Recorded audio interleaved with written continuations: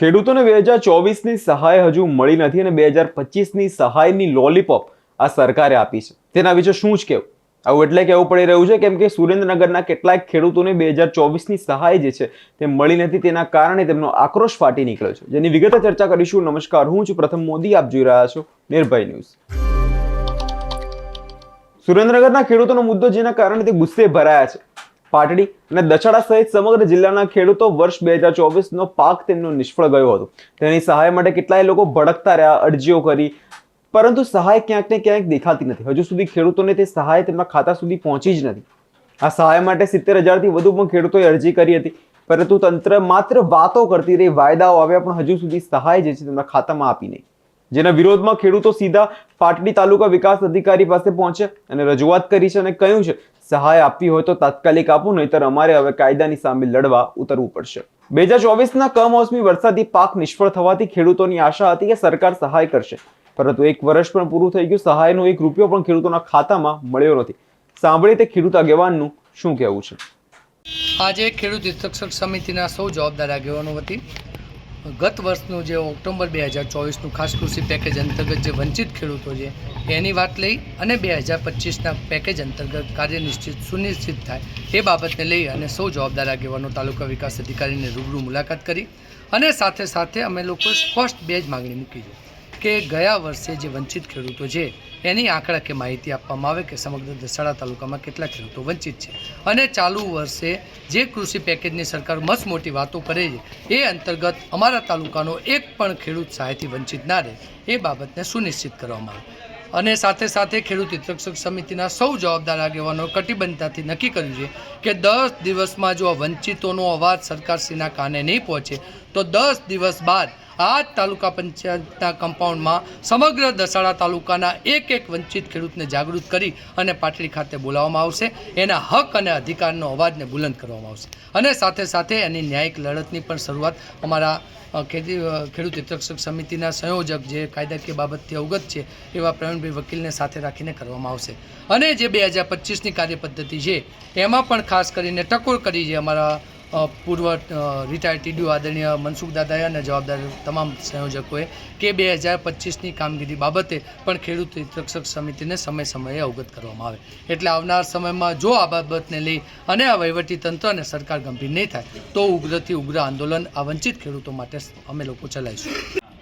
આજે તાલુકા પંચાયત કચેરી પાટડી ખાતે તાલુકા વિકાસ અધિકારીશ્રીને મળવા માટે ખેડૂત હિતરક્ષક સમિતિ પાટડીના પ્રમુખ આગેવાનો તેમજ એવા ખેડૂત મિત્રો કે જેને ગયા વર્ષે ઓક્ટોબર 2024માં જે ભારે વરસાદથી ખેડૂતોને નુકસાન થયું હતું અને સરકારશ્રી દ્વારા જે સહાય ચૂકવવા માટેનો પરિપત્ર જાહેર કરવામાં આવેલ હતો એ પરિપત્રના આધારે જિલ્લાના કેટલાય ખેડૂતોને સહાય ચૂકવવાની હતી. ત્યારે અમારા તાલુકાના 25,000 જેટલા ખેડૂતો બાકી હતા, સહાયથી વંચિત હતા. ત્યારે લગભગ છેલ્લા સવા વર્ષથી ખેડૂત હિતરક્ષક સમિતિ આ સહાય મેળવવા માટે ખેડૂતોને સાથે રાખી અને અલગ અલગ જગ્યાએ જે રજૂઆતો કરે છે, રજૂઆતોના પરિણામ બાદ સરકારશ્રીના કૃષિ વિભાગ દ્વારા એક ઠરાવ એવો કરવામાં આવેલો હતો કે તમામ જે વંચિતો છે એમને સહાય મળી જશે અને એમાં ખાસ કરીને કપાસ જે પકવતા ખેડૂતો છે એમને જ સહાય આપવામાં આવે છે. ત્યારે અમારી એ વખતે પણ મુખ્ય માંગણી હતી અને આજે પણ મુખ્ય માંગણી છે કે ઓક્ટોબર 2024માં જે નુકસાન થયેલ હતું એ નુકસાન માટે જે ખેડૂતોએ અરજી કરેલી હતી ત્યારે એ પરિપત્રમાં કોઈ પણ પાક દર્શાવવાની માંગણી કરેલ નહોતી. એટલે આ વંચિત જે ખેડૂતો છે એ બધા એવા ખેડૂતો છે કે જે પહેલી વખત જે પરિપત્ર થયો એ પરિપત્રના આધારે તમામ ખેડૂતો લાભાર્થી તરીકે પાત્રતા ધરાવે છે. ત્યારે અમારી સ્પષ્ટ માંગણી છે કે તમામ વંચિત ખેડૂતોને, નહીં કે માત્ર કપાસના ખેડૂતોને, તમામને 2024ની સહાય આપવામાં આવે. તેમજ આજે તાલુકા વિકાસ અધિકારીશ્રી પાસે એવી માંગણી કરી છે કે તમે કેટલા ખેડૂતોને ચૂકવણું કર્યું છે, કયા આધારે ચૂકવણું કર્યું છે અને કેટલા ખેડૂતો બાકી છે, જેથી જે વંચિત ખેડૂતો છે એની અમને માહિતી આપવામાં આવે, જેથી સરકારના કૃષિ વિભાગને એક ખેડૂતોના નામદીઠ અમે જાણ કરી આટલા ખેડૂતોને સહાય ચૂકવવામાં આવે એવી માંગણી કરી શકીએ. તેમજ જો સરકારનો કૃષિ વિભાગ માંગણી અમારી ન સ્વીકારે તો તમામ ખેડૂતો જે વંચિતો છે એમને સાથે રાખી અને કાયદાકીય રીતે ગ્રાહક સુરક્ષા અથવા તો હાઈકોર્ટમાં અપીલ કરીને પણ આ ખેડૂતોને સહાય ચૂકવવા માટેની અમારી મુખ્ય માંગણી છે. એટલે 12,000 તો રહી જવાના. જ્યાં સુધી ખીચામાં પૈસા હતા ત્યાં સુધી દરેકને નાક કર્યા. પૈસા જેવા પત્યા આમાં કેવું થાય સાહેબ, જો 2024માં જેટલા પણ ફોર્મ ભરાયા અને એમાંથી જેટલા પણ મંજૂર થયા એમાં 80% ફોર્મ એવા છે કે જે લાગવગથી થયેલા હોય અથવા તો એમના મળતી હોય સાથે બેસીને કરાયેલા હોય અથવા તો વીસી પાસે એ લોકોએ એમની રીતે વહીવટ કર્યો અથવા તો જે વિસ્તરણ અધિકારી છે કે જે કોઈ પણ ગ્રામ સેવક છે એની સાથે સેટિંગથી આ કામ થયેલું છે. 2024ના સાહેબ આજ દિન સુધી પૈસા નથી આવ્યા. અમે સુરેન્દ્રનગરની અંદર જિલ્લામાં પણ રજૂઆત કરેલી છે, એની રેલીઓ પણ કરી.